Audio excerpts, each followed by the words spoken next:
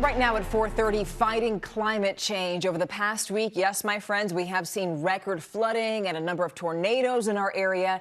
And the thing is that climate change could lead to a lot more weather like what you're looking at there. So it turns out, I should say, that having trees in your neighborhood can help fight climate change. But in Philadelphia, the amount of canopy cover really depends on where you live. Meteorologist Violeta Yas from our Spanish language sister station, Telemundo 62, is partnering with the Academy of Natural Sciences to look at more livable communities in an era of climate change. Martha Hackett has only lived in the Olney section of Philadelphia for 5 years, but has developed a deep bond with the towering tree right outside her home. But this one is very sick, but How can you tell? look at the leaves. On Martha's block alone, the tree canopy varies greatly. Both corners are draped in trees, but residents in the middle of the block get direct sunlight almost all day long. In a 10-year assessment funded by the USDA Forest Service, Martha's neighborhood in Olney still has up to 24% tree canopy, while areas like North Philly, Hunting Park, and Port Richmond have less than 8%. These are also among some of the hottest areas of the city. Trees and green space can help mitigate the impacts of climate change by helping absorb heavy rain and providing a natural cooling effect through evapotranspiration and shade. With average temperatures in Philadelphia and across the globe rising, Martha has felt the difference. I hadn't thought of it until you said it, but as compared to 5 years ago when I first came, the summers were nothing like they are now, and it lasts longer. You know, we're into September and we're still having 90-degree days. The solution is not as simple as just planting trees. Without proper planning, adding too much greenery can actually burden residents, whether through increasing housing costs or through gentrification.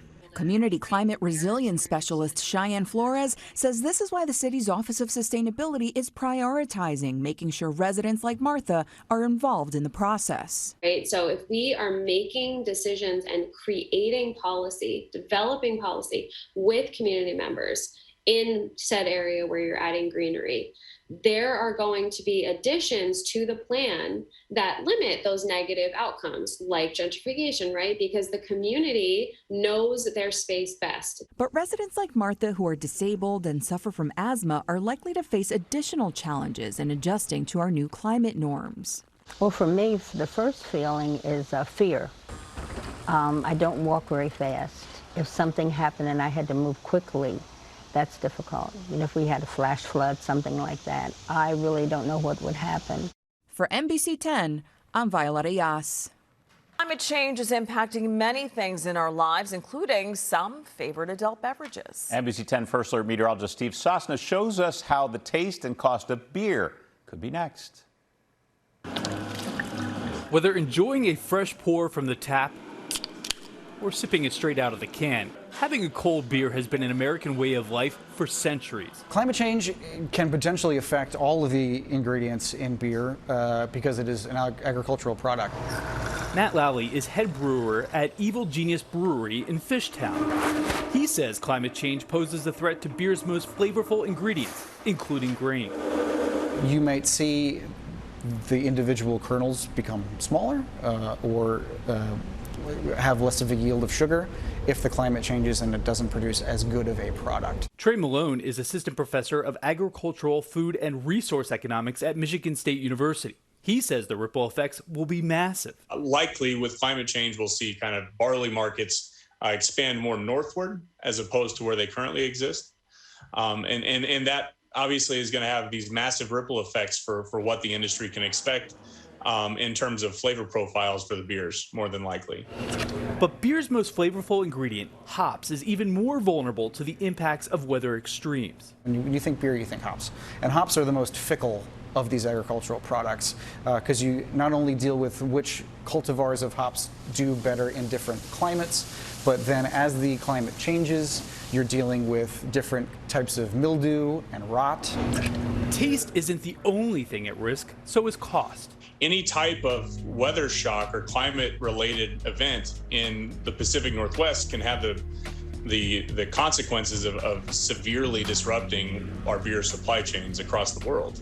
That's because the Pacific Northwest's Yakima Valley is the world's biggest supplier of hops. Malone says as a result, some northern states are growing their own to diversify the supply. What we're seeing is hops growing, or hop yards popping up in Michigan, New York. There are some in Ohio, Pennsylvania, in part as a response to climate concerns. Local beer equals big business. According to Climate Central, from 2011 to 2018, craft breweries in Pennsylvania alone created over 43,000 jobs and generated over $6 million of economic impact. Now vital to our local economy. Breweries like Evil Genius know the importance of going green, taking steps such as using clean wind energy for electricity and constructing their brewery tables and booths from recycled wood. And let's not forget the lighting. So there are no lights on in here right now. These are what are called light cannons. So it's basically a reflective aluminum tube with a Fresnel lens on the end. So that's just a modified skylight that's shooting light into this room. So this is just natural light, in a way, being pumped through. You would never know. But it's not just the brewers. Malone tells us beer lovers can help fight climate change by choosing what they drink. So my best advice is to drink local. So the carbon emissions of driving all over the place, or transporting beer all over the place is a very big number. Cheers. Reporting in Fishtown, Steve Sosna, NBC 10 News. So there's really no doubt the Philadelphia area is getting warmer and wetter. And in a new partnership with the Academy of Natural Sciences of Drexel University, we're taking a look at the local impacts of the climate crisis. Tracy. Here's NBC 10 First Alert meteorologist Glenn Hurricane Schwartz with something that we're seeing more of, flooding. There you go. You can tell a lot about someone from their name. My name is Frank the Barber. Make sure your neck is good. Frank's been cutting hair for 22 years. It was one of my passions. That passion led him to open this Germantown salon in 2019. And it's something that I love. But he's not a big fan of what happens at this location when it rains. Here we go. The river's back. Frank captured this video last year. You see the water coming up to his shop's front door. The block has officially flooded. And this video, debris floats down Brenton Street. This is crazy. Frank's concerned the water is going to impact his business. The water comes up on the sidewalk. I don't want it to come into the shop and damage the electrical or the flooring that we put down. The area native says the storms are getting worse. Normally we just get a little rain here and there and then it stops. Now it's the storms, they come, a lot of wind, a lot of water, hail, just dark storms, a lot of lightning too. And he's right.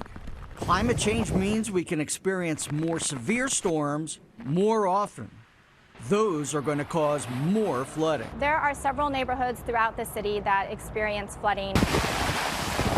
My name is Julia Rockwell. I'm the Climate Change Adaptation Program Manager at the Philadelphia Water Department. Rockwell says Philly experiences 3 types of flooding. One is tidal flooding from the Delaware and Schuylkill rivers. Tidal means we're vulnerable to storm surge and high tides. And with climate change, as the sea levels rise, we will see more severe and frequent tidal flooding. She says we saw this with Hurricane Irene. Another form of flooding is called riverine. We see intense rainfall events that increases the flows in our rivers and creeks and streams, and that water just overflows into the surrounding land and the surrounding neighborhoods. Look no further than the Eastwick neighborhood for the damaging impacts. Some of the issues actually aren't related to riverine flooding, they're related to our infrastructure. As the city grows and becomes more urban, we actually have more impervious cover throughout the city. And impervious cover is land cover that doesn't infiltrate water. So what that results in is more stormwater runoff that can overwhelm our drainage systems. Sidewalk is gone, trash is floating down the block. That brings us back to Germantown and Frank the Barber. The water can't go anywhere because it comes so fast. The city knows about the area's flooding issues. There are signs on just about every street warning people about the danger. The water department put up this nearby rain garden to help with the problem. It's also working on other flooding solutions throughout the city. But until there's a more permanent fix, when severe weather's near, Frank relies on another important tool. I got my NBC 10 alert on my phone to bring in my signs and benches so the wind won't blow them away and everything get all wet up.